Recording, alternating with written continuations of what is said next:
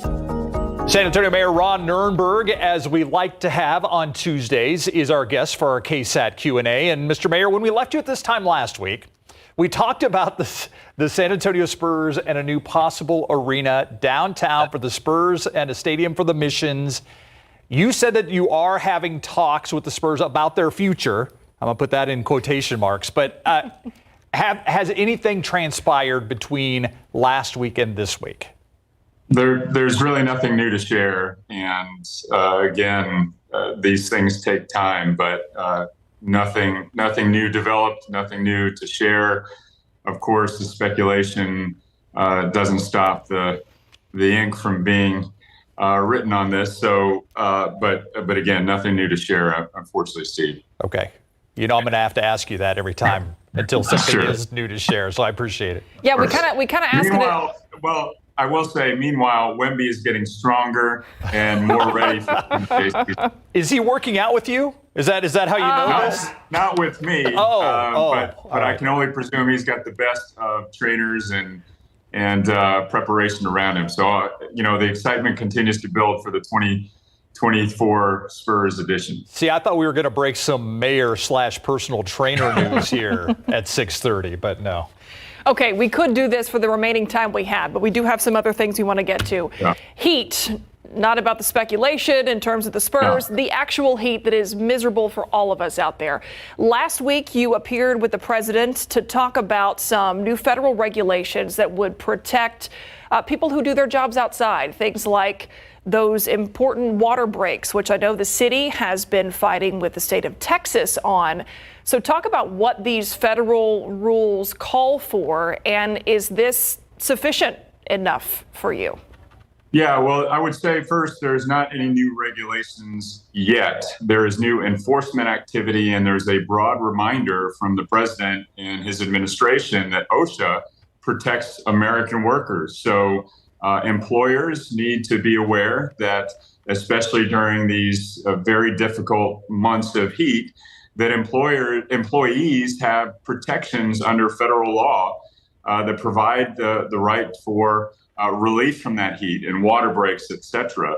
OSHA is going to be stepping up enforcement activity. As you might know, there was a report of a death last year as a result of a worker in San Antonio, a young man, not getting the attention he needed and suffering severe heat illness. The environment is ripe for that kind of illness. In fact, we're seeing a 50% increase year over year in emergency response calls for heat illness. So this is a serious situation. 2022 was a record breaker. 2023 is a record breaker. So we're living in a new reality where people need to be aware. And the federal government is putting its full weight behind this being a serious enough crisis that he's called to arms and the Department of Labor and the rest of the federal government to remind people of their rights and obligations. With that in mind, we've done numerous stories about people who've been suffering without air conditioning in the heat, senior citizens, less fortunate. If they call 311 or 211, is there some type of assistance program out there to help out these people who are suffering in the heat? Yeah, so first, I would say, number one, if there's an emergency, and if you're actually experiencing or see someone experiencing a medical emergency, the number is 911. But for information related to assistance programs, whether that's how to get to a cooling center, we provide free transportation, or in the case of folks who are trying to get connected to those relief programs, whether that's getting a box fan or getting access to potential rebates for air conditioners, things like that. 311 is a general information call, and we can refer you to the right place. But I don't want to underemphasize enough, I want to make sure that we underscore enough the fact that if there is a heat illness and an emergency situation, you do call 911. We're certainly getting an increase in calls in that regard. Yeah, and I hope people heard that there is assistance out there. There are numbers to call to get help. And so that's why I want to keep reinforcing that in our newscast. Yeah, there is information, and we work with a number of agencies, including the city of San Antonio, to provide relief in the form of housing and infrastructure and cooling centers and that sort of thing. Absolutely. Something else that's crucial during this heat and a time of drought, water conservation. SAWS, we understand, is looking at a new way of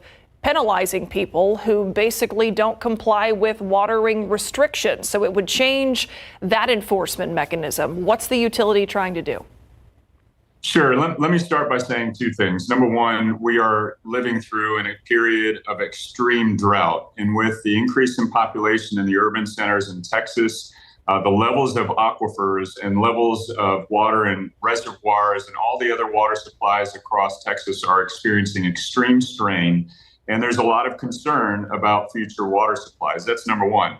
Number two, as it relates to management of our water supply during drought, please keep in mind, 90% of San Antonio residents, when there is a drought restriction, such as you can only water your lawn once a week, 90% of residents are being vigilant about that and sticking to it. There's about a 10% that either for, just not thinking about it, made a mistake, or in some cases, very small portion of people are saying, you know what, those rules shouldn't apply to me, so I'm going to do whatever I want. That's who we're talking about. We want to make sure that people are mindful of the need for us to be good stewards of our water supply. Currently, the drought management, when people violate drought management rules, it's actually a criminal process. There's no civil penalty. It goes straight through a court proceeding, and that takes a very long time. It also raises a lot of alarms for people that we really don't want to raise if we're just trying to get people to be mindful. And so we're talking through, and we were presented at the SAWS board, some options, recommendations that now SAWS is going to go out to the community and start discussing to get public feedback. One of those significant changes being, let's not go through a criminal process. Let's not go put it on the courts. Let's talk about it as a fine that could just go onto the SAWS bill. For the 10% or folks or even less that actually go through this, it will be a much more efficient way of reminding folks about our need to conserve water, and it would be an easier way for everyone to handle the situation.